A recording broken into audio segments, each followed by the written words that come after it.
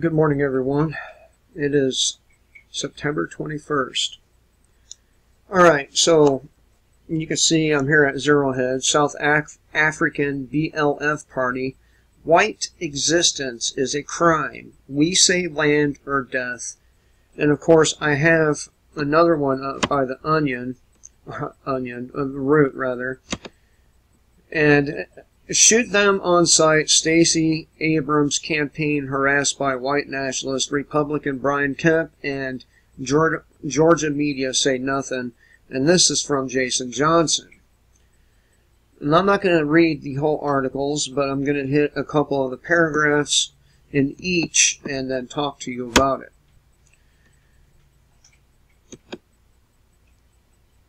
Remember, white people are not being targeted in South Africa, and President Trump, along with others who suggest otherwise, are conspiracy theorists and white supremacists and racists.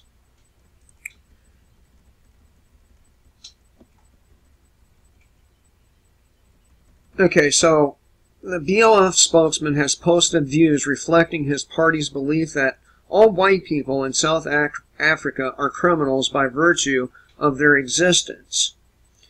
Black First, Land First spokesperson Lindsay Mosdorp has told the author of this article and others about the controversial party that my existence is a crime. He also repeated his party's slogan, land or death. And of course we know what happened to all the decolonized African nations. They turned into utter and pure shitholes. And the reason why they have been turned into utter and pure shitholes is because they are not capable of building a civilization worth having. So instead what they do is go along and ruin everybody else's civilizations to bring them down to the level of that of Africa and certain Latin American places. So land or death, right?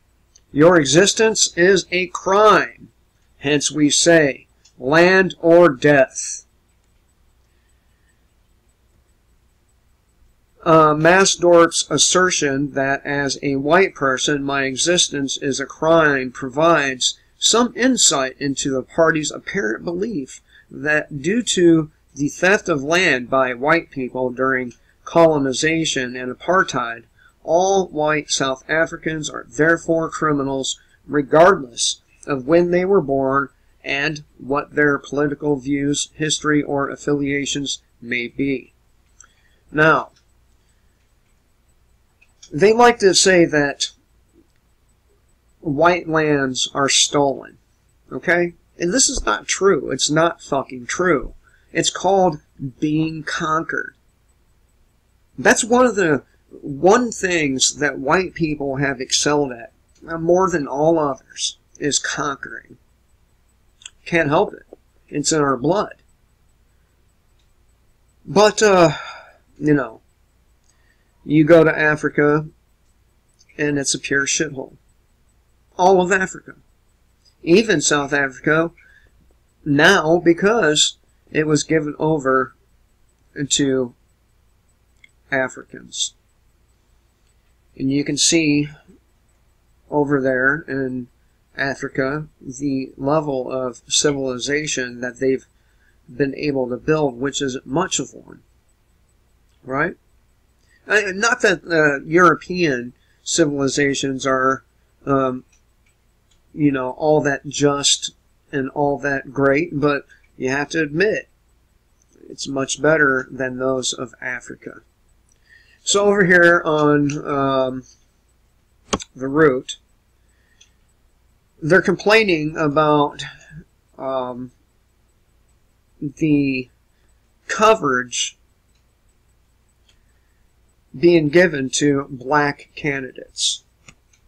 Alright? Georgia, in the Georgia governor's race, where the state and local press spend more time covering the back taxes, yard signs of a black woman running for governor than they do digging into the background of a white male candidate with terrorists as supporters. Okay? He's claiming that white nationalist groups are terrorists. Yet, statistics show that it is the black male who commits most of the violent crime against themselves and whites. Statistics show that they make up about 6% of the population and account for, what was it, 95% of overall crime. But earlier this month, Democratic nominee Stacey Abrams, former state legislator and potentially the first black female governor in U.S. history, did a campaign event near Augusta, Georgia, for female veterans and dependents. This is a pretty smart campaign stop. She's tied with Secretary of State and Republican nominee Brian Kemp less than 2 months from Election Day, and African American women make up 40% of women in the Army. Everything was going great until 4 men and 1 woman, members of the Nationalist Liberty Union, a white nationalist hate group, decided to crash the party by protesting in favor of Confederate monuments and flashing Kemp for governor signs.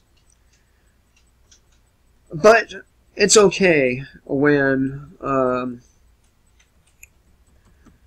Maxine Waters says attack conservatives or Republicans. It's okay when black folks riot and destroy their own cities. It's okay, right? But the overall point to this video is, what is going on in South Africa is going on right here in America. We're not far along into the various stages, but the very same thing is happening, and I dare say that one day in the not too distant future, if we make it that long,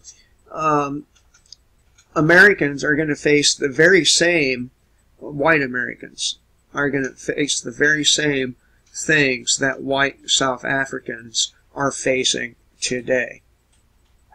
This is why it is crucial that you don't give up your guns. It's crucial that you don't even tell people that you have them. It's crucial that you continue to stockpile ammunition.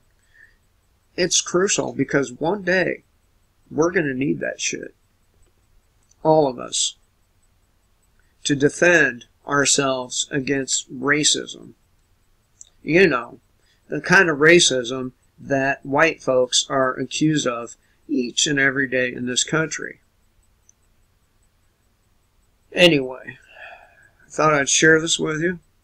Hope you have a good day. Till next time, kill the state, live free.